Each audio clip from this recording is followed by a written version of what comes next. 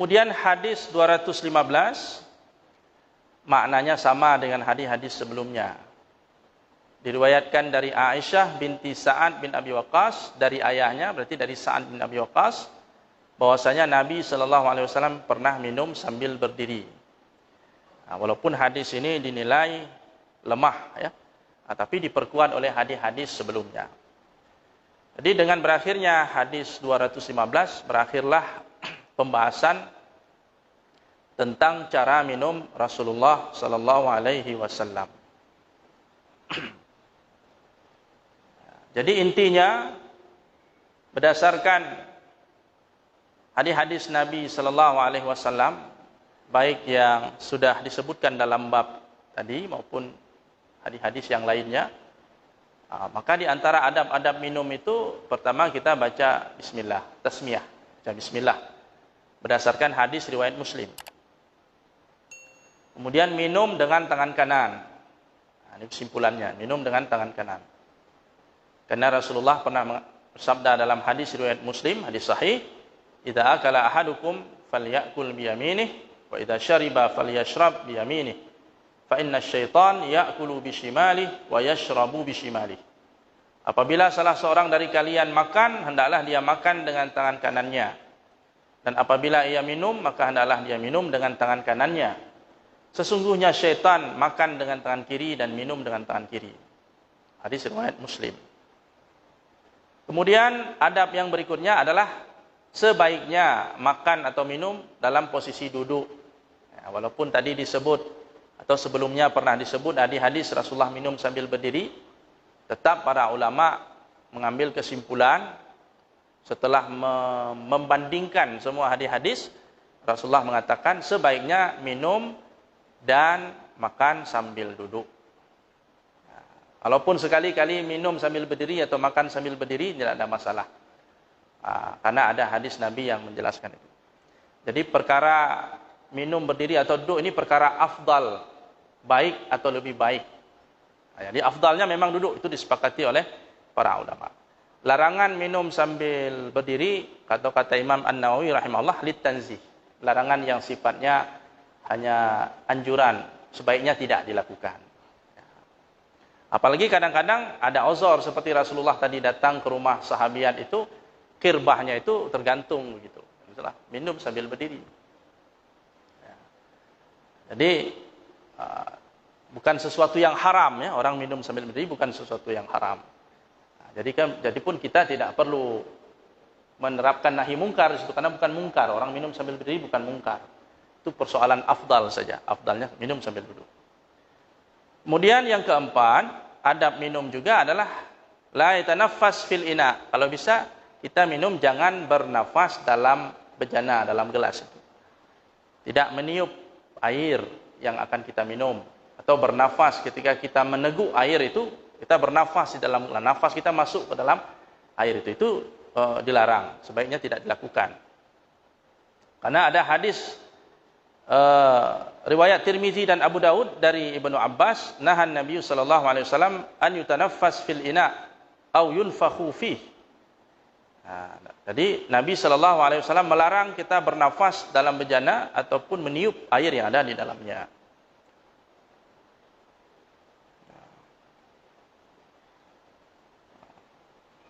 Kemudian yang kelima, sebaiknya kalau minum air itu, ketika air itu ada dalam sebuah tempat dalam bejana yang besar, sebaiknya minum itu dituangkan ke dalam gelas.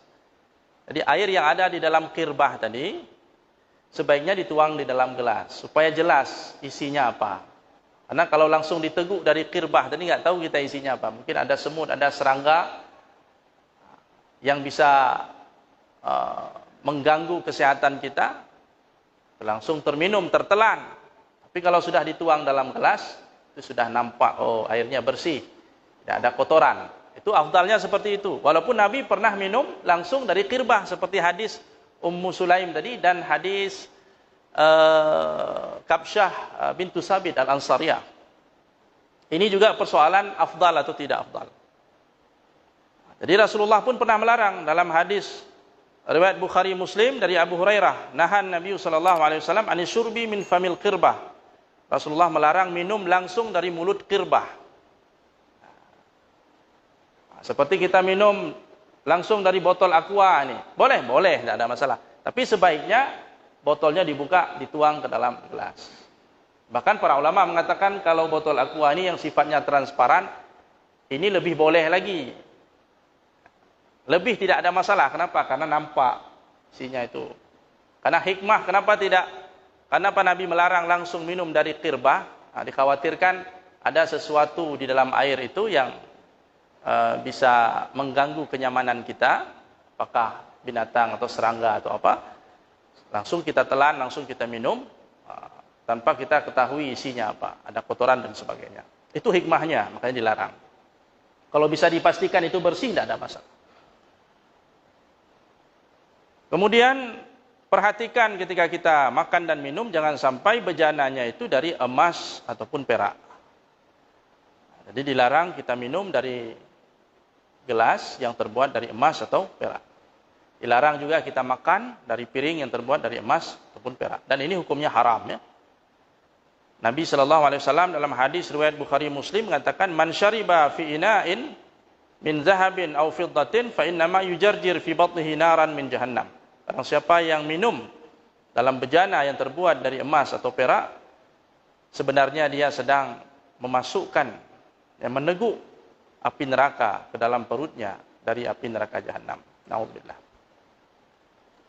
Selanjutnya, adab berikutnya adalah berdasarkan hadis riwayat Muslim dari Jabir, Nabi SAW itu memerintahkan kita untuk menutup bejana dari gelas atau mangkuk atau apa yang berisi makanan atau minuman, ditutup.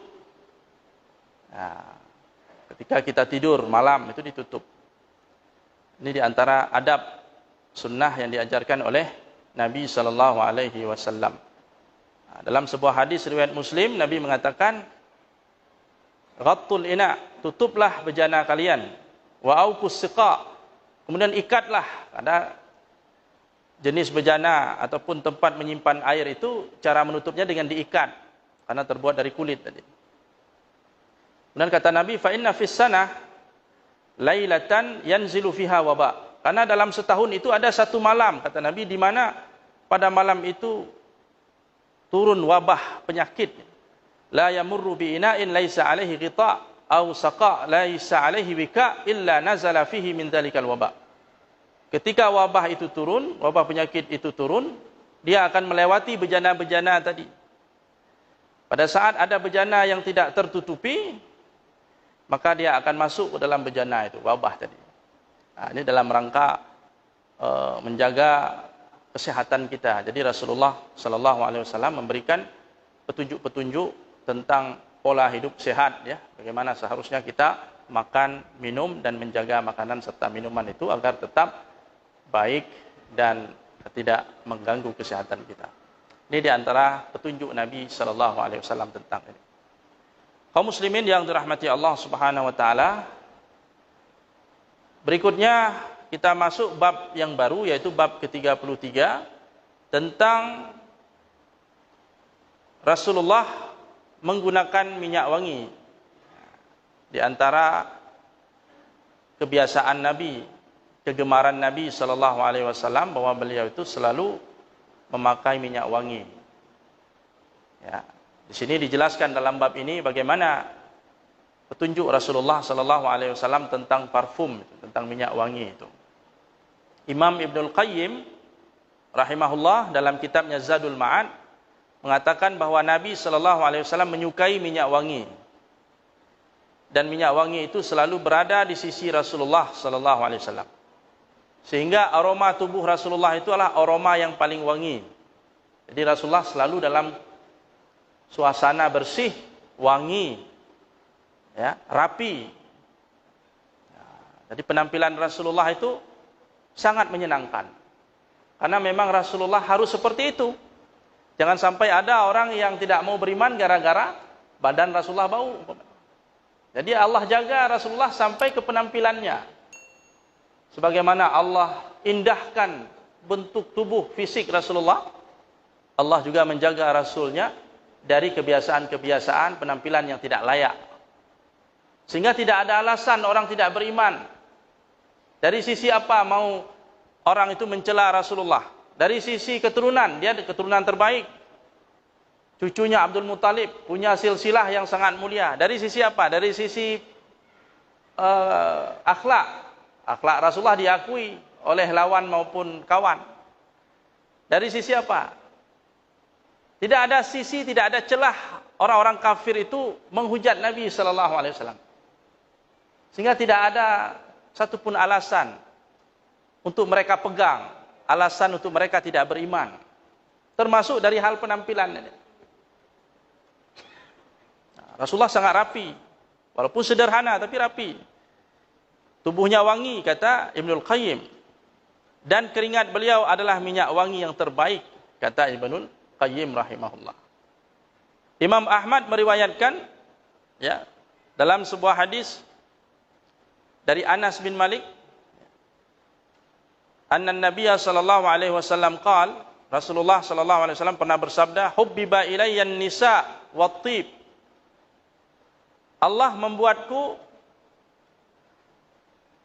mencintai wanita dan minyak wangi.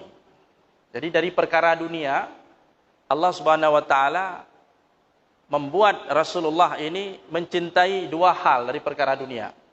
Pertama, Rasulullah suka kepada wanita, mencintai wanita. Yang kedua, Rasulullah menyukai minyak wangi. Kemudian Nabi mengatakan, wa ju'ila qurratu aini fis shalah. Kemudian Allah Subhanahu wa taala menjadikan kebahagiaanku, puncak kebahagiaanku itu di dalam salat. Jadi salat itu menjadi puncak kebahagiaan Rasulullah, ketenangan jiwa Nabi sallallahu alaihi wasallam. Insyaallah ke depan kita akan bahas hadis ini, terutama pada poin Rasulullah suka kepada wanita. Ini sering dijadikan poin syubhat untuk menghujat Nabi sallallahu alaihi wasallam. Tapi tidak kita jelaskan malam ini. Mudah-mudahan nanti ke depan hadir lagi ya. Apa maksud Rasulullah suka kepada wanita? Apakah seperti dalam gambaran orang-orang yang bejat ya? Atau bagaimana maksud hadis ini? Ini rawan kalau tidak dijelaskan dengan cara yang benar, bisa terkena syubhat pemikiran nanti. Bisa-bisa orang suuzan kepada Nabi sallallahu alaihi wasallam. Insyaallah kita akan lanjutkan pertemuan yang akan datang. Aqulu qauli hadza wa astaghfirullah li wa lakum. Subhanakallahumma wa bihamdik asyhadu an la ilaha illa anta nastaghfiruka wa natubu ilaik. Assalamualaikum warahmatullahi wabarakatuh.